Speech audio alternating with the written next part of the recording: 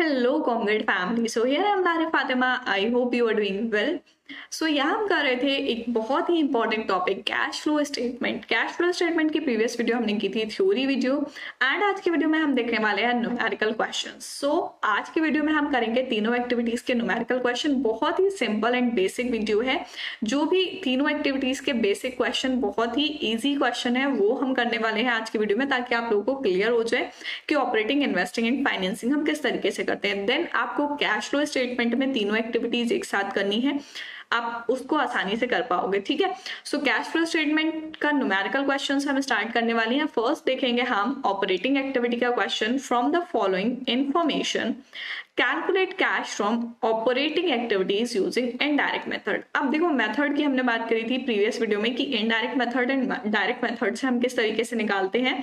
सो method अगर आप indirect लगाओगे तब भी आंसर सेम आएगा, डायरेक्ट लगाओगे तभी सेम आएगा। ठीक है, वो आपके ऊपर डिपेंड करता है कि आपको कौन सा मेथड सही लगता है या क्वेश्चन में कौन सा मेथड स्पेसिफाई कर रखा है। सो यहाँ पर आपको इनडायरेक्ट मेथड स्पेसिफाई कर रखा है, सो यहाँ पर आपको इनडायरेक्ट मेथड से ही निकालना है। ठीक है, एंड आप डायरेक्ट लगाओ चाहे इनडायरेक्ट मेथड लगाओ, आंसर आपका सेम आना है। ठीक, सो यहाँ पर हमें ऑपरेटिंग एक्टिविटी से निकालना है एंड क्या क्या चीजें आपको गिवन है वो देख लेते हैं। P&L अकाउंट है एंड कुछ एडिशनल इन्फॉर्मेशन गिवन है।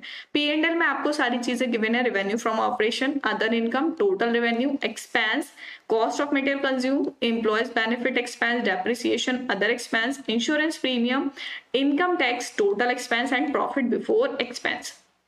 एडिशनल इंफॉर्मेशन में आपको यहाँ पर current asset and current liabilities given है। 2010 दे रखा है, 2011 ये आपका प्रीवियस ईयर है, ये करंट ईयर है। 2010 प्रीवियस, 11 करंट ईयर। ठीक है, सो इस तरीके से हम देखेंगे कि हमारे करंट एसेट डिक्रीज हुए हैं या इंक्रीज हुए, करंट लायबिलिटी डिक्रीज हुई या इंक्रीज हुई।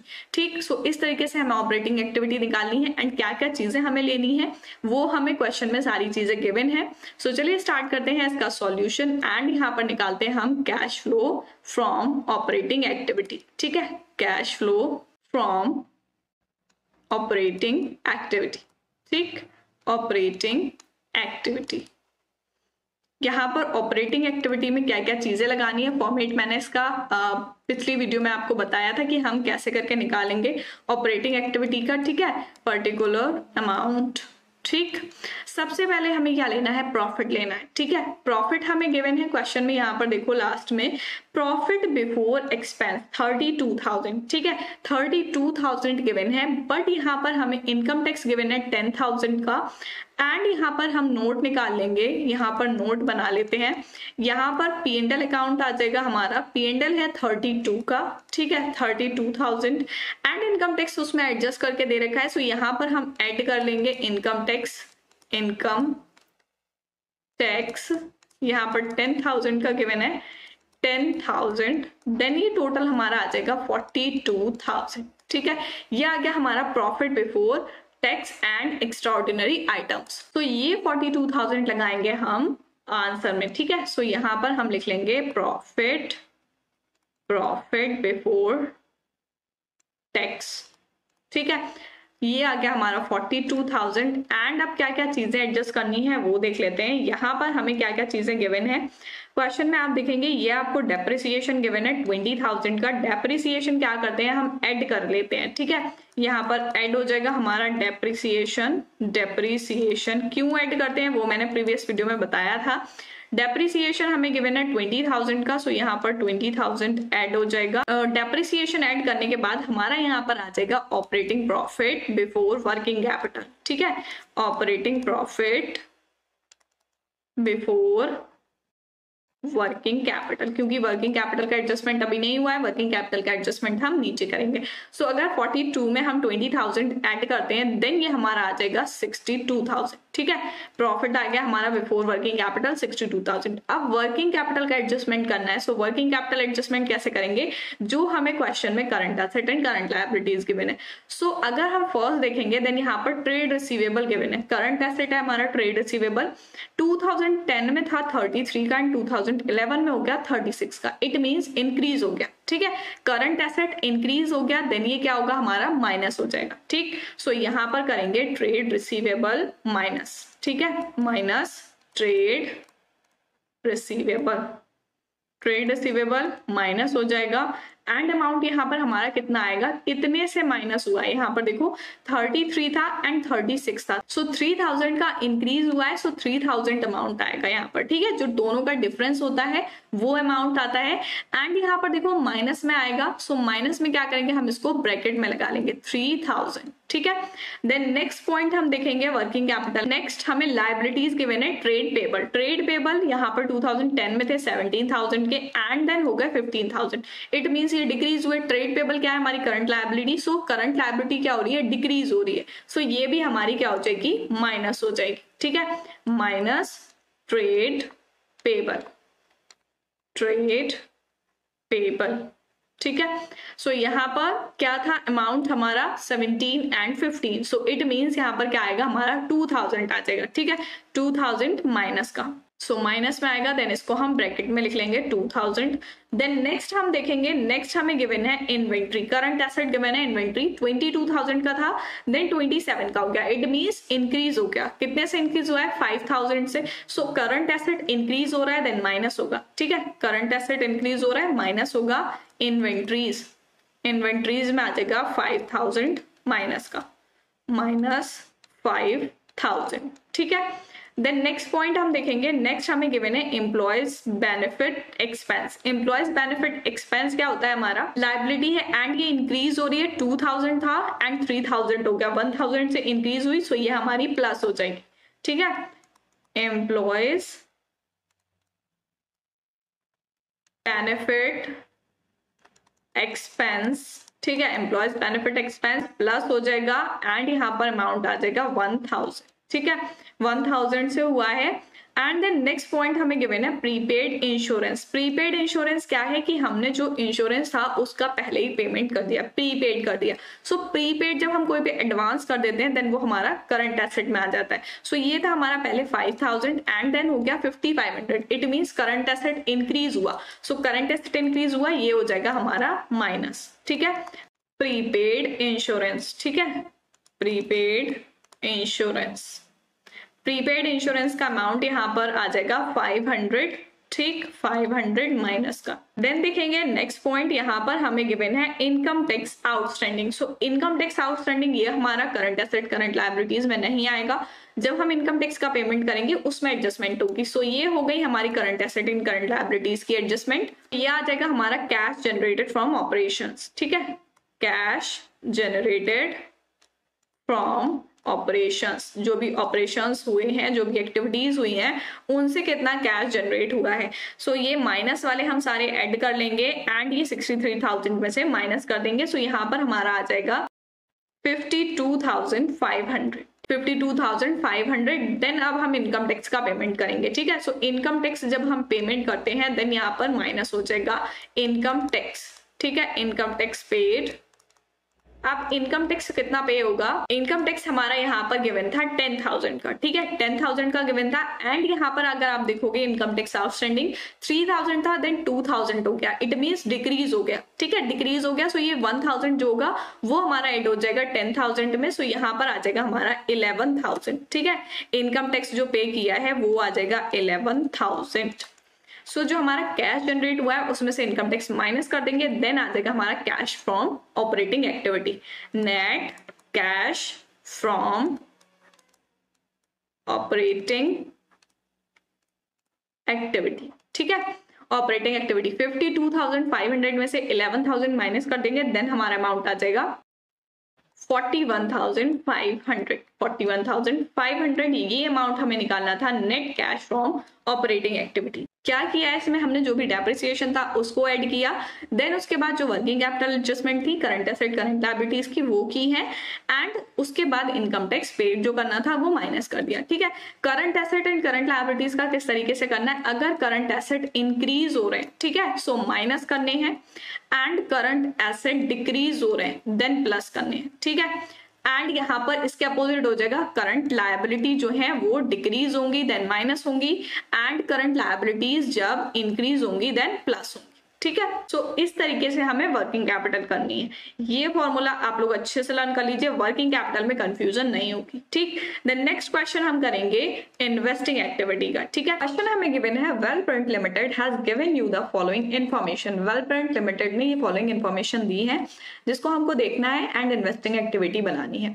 मशीन एट कॉस्ट ये गिवन है हमें, फर्स्ट ईयर का गिवन है 2,10,000 एंड देन करंट ईयर का गिवन है 2 lakh. Then accumulated depreciation given है 90,000 and 70,000 during the year. Machine costing 50,000 with accumulated depreciation 20,000 was sold for 40,000।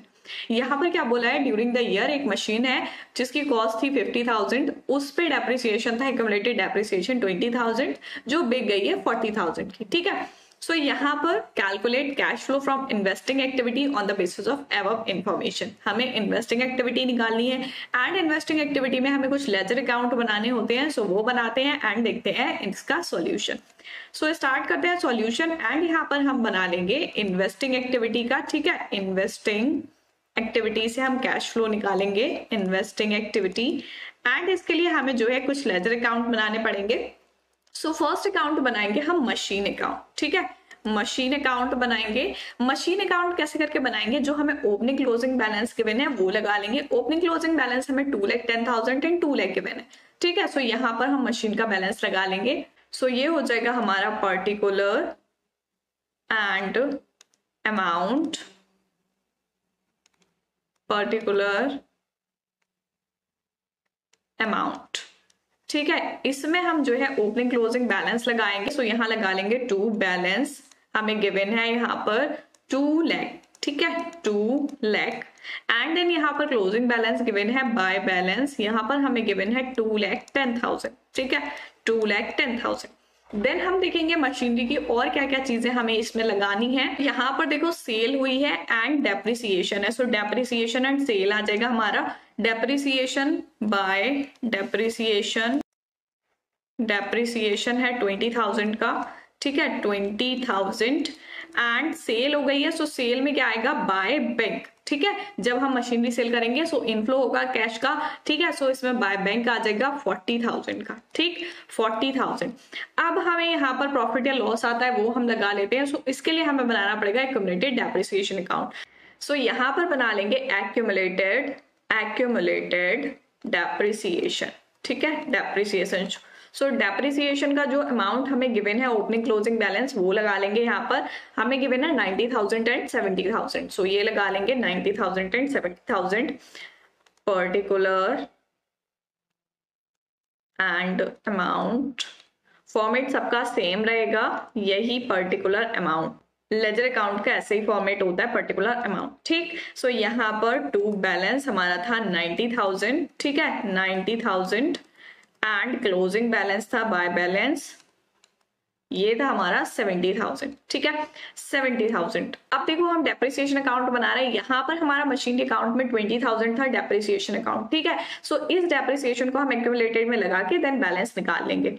सो यहाँ पर हमारा आ जाएगा 2 मशीनरी अकाउंट, ठीक है। मशीनरी का जो हमारा डेप्रिसिएशन था 20,000, ठीक, 20,000। अब अगर हम इसका टोटल करते हैं देन इसका टोटल आ जाएगा 1,10,000, ठीक, 1,10,000।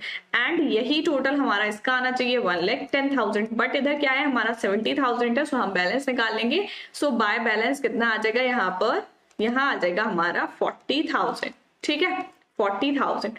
एंड इसी तरीके से हम मशीनरी का निकालेंगे, मशीनरी का टोटल करेंगे, देन इधर साइड का टोटल करते हैं। सो यहाँ पर आ जाएगा हमारा 2,70,000, ठीक है, 2,70,000। एंड यहाँ पर हमारा बैलेंस आया एक्यूमुलेटेड डेप्रिसिएशन का, सो ये आ जाएगा 2, ये आ गया हमारा एक्यूमुलेटेड डेप्रिसिएशन। देन हम देखेंगे कि जब हमने सेल की है मशीनरी की, सो उस पर क्या प्रॉफिट एंड लॉस हुआ है। सो देखो प्रॉफिट लॉस किस तरीके से निकालेंगे, यहाँ पर बोला है कॉस्ट जो थी वो 50,000 थी, ठीक है, 50,000 कॉस्ट थी एंड उस पर डेप्रिसिएशन था 20,000 का। सो 20,000 अगर हम माइनस करेंगे देन कितने की बचेगी, 30,000 की बची, ठीक है, 30,000 की बची एंड वो बिकी कितने की है, 40,000 की। इट मीन्स कि कॉस्ट प्राइस जो है वो कम है एंड सेल प्राइस जो है वो ज्यादा है। सो जब कॉस्ट प्राइस कम होता है एंड सेल प्राइस ज्यादा होता है, सो क्या होता है यहाँ पर प्रॉफिट निकल के आता है। सो ये जो 10,000 का आएगा हमारा वो आ जाएगा प्रॉफिट, क्योंकि कॉस्ट प्राइस कम है एंड सेल प्राइस ज्यादा है, मतलब उसकी कॉस्ट जो थी वो 30,000 की थी एंड वो जो सेल हुई है वो हुई है 40,000 की, मतलब ज्यादा की सेल हुई है, कॉस्ट उसकी कम थी, तो 10,000 जो हुआ वो प्रॉफिट का आ जाएगा। ठीक है,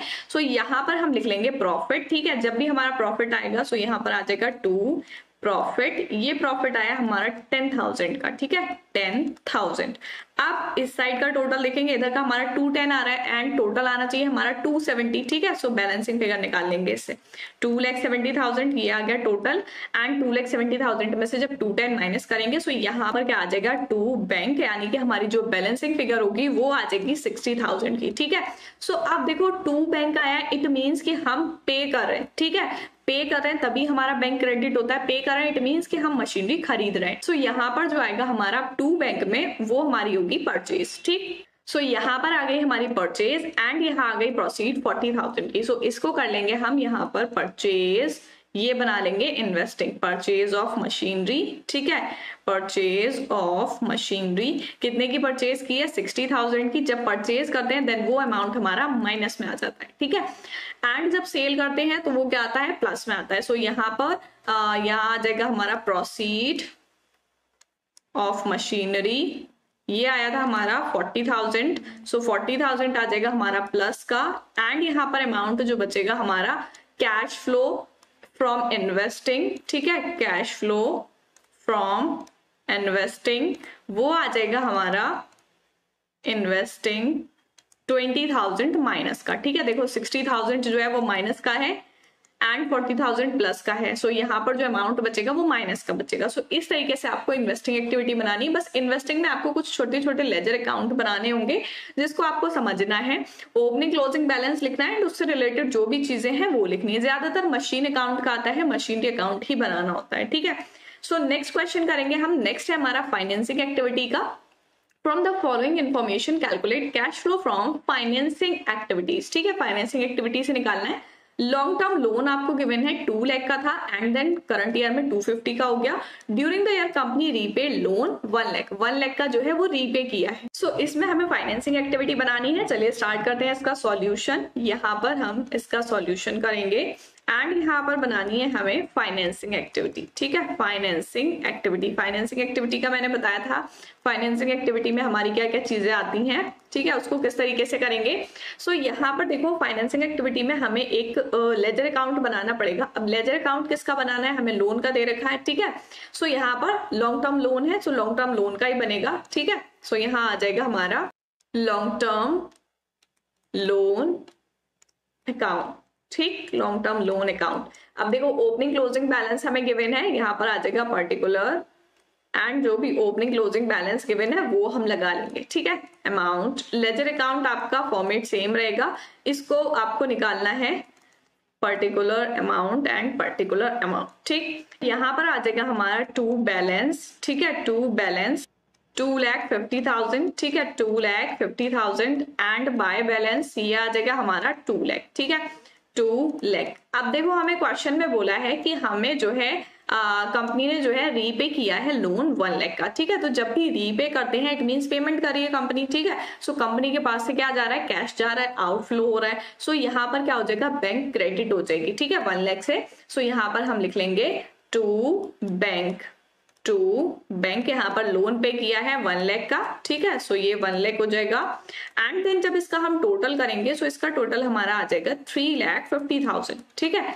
3,50,000 ये टोटल आया एंड दूसरी साइड का भी हमारा टोटल इतना ही आना चाहिए, यानी कि 3,50,000। बट इधर साइड हमारा कितना है, 2 लाख है। इट मीन्स यहाँ पर बैलेंसिंग फिगर आ जाएगी by balance and balancing figure आपकी आएगी 1,50,000। ठीक है, 1,50,000। ये जो हमारा अमाउंट आया 1,50,000, सो इतने का हमारा लोन लिया होगा, लोन टेकन किया होगा। ठीक है, लोन लिया होगा। सो जब लोन ले रहे हैं इट मीन्स इनफ्लो हो रहा है। ठीक है, इनफ्लो होगा तो प्लस हो जाएगा, आउटफ्लो होगा तो माइनस हो जाएगा। सो यहाँ पर देखो लोन लिया, सो यहाँ आ जाएगा proceed, proceed from long term borrowing, loan जो है हमारा लॉन्ग टर्म बोरोइंग है, लॉन्ग टर्म लोन लिया है ना, यहाँ पर लॉन्ग टर्म लोन है, सो इसको लॉन्ग टर्म बोरोइंग लिख लेंगे।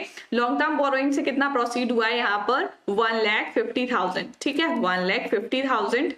एंड यहाँ पर रीपे किया है, रीपे का मतलब पेमेंट किया, सो यहाँ पर आ जाएगा repayment of long term borrowing, ठीक है। लॉन्ग टर्म बोरोइंग कितने का रीपेमेंट किया, 1 लाख का। सो जब हम पेमेंट करेंगे इट मींस वो हमारा माइनस में आएगा, ठीक है, आउटफ्लो हो रहा है। सो यहाँ पर जब हम निकालेंगे इसका net cash from financing activity, net cash from financing activity, so ये हमारा आ जाएगा, देखो 1 लाख माइनस का है, 150 प्लस का है, सो ये आ जाएगा 50,000 प्लस का, ठीक है 50,000 आ गया। एंड ये आ गई हमारी net cash from financing activity. I hope आप लोगों को क्लियर हो गया होगा किस तरीके से निकालना है। बहुत ही सिंपल चीज है, बस आपको ठीक से समझना है कि किस चीज को हमें कैसे करके करना है, ठीक है। बस छोटे छोटे से लेजर अकाउंट बनाने हैं एंड उसको हमें फाइनेंसिंग एक्टिविटी में या इन्वेस्टिंग एक्टिविटी में लगाना है, ठीक है। बस आपका ऑपरेटिंग एक्टिविटी का थोड़ा सा लेंथी हो सकता है, ठीक है। सो आज की वीडियो में हमने कैश फ्लो के न्यूमेरिकल किए। फर्स्ट हमने क्वेश्चन देखा था ऑपरेटिंग एक्टिविटी से रिलेटेड एंड ये था इसका सॉल्यूशन। देन सेकंड था हमारा इन्वेस्टिंग एक्टिविटी का, देन थर्ड है हमारा फाइनेंसिंग एक्टिविटी का। सो ये तीनों एक्टिविटीज आपको करनी है कैश फ्लो स्टेटमेंट में। मैंने आपको अलग अलग करके दिखाई है कि कौन सी एक्टिविटी में हम किस तरीके से करते हैं, बट नेक्स्ट वीडियो में हम करेंगे फुल क्वेश्चन, देन उसमें हम तीनों एक्टिविटीज को साथ में करेंगे एंड देन निकालेंगे नेट कैश, ठीक है। सो मिलते हैं नेक्स्ट वीडियो में एंड नेक्स्ट वीडियो में करेंगे नेक्स्ट न्यूमेरिकल क्वेश्चन। सो मिलते हैं नेक्स्ट वीडियो में, तब तक के लिए गुड बाय।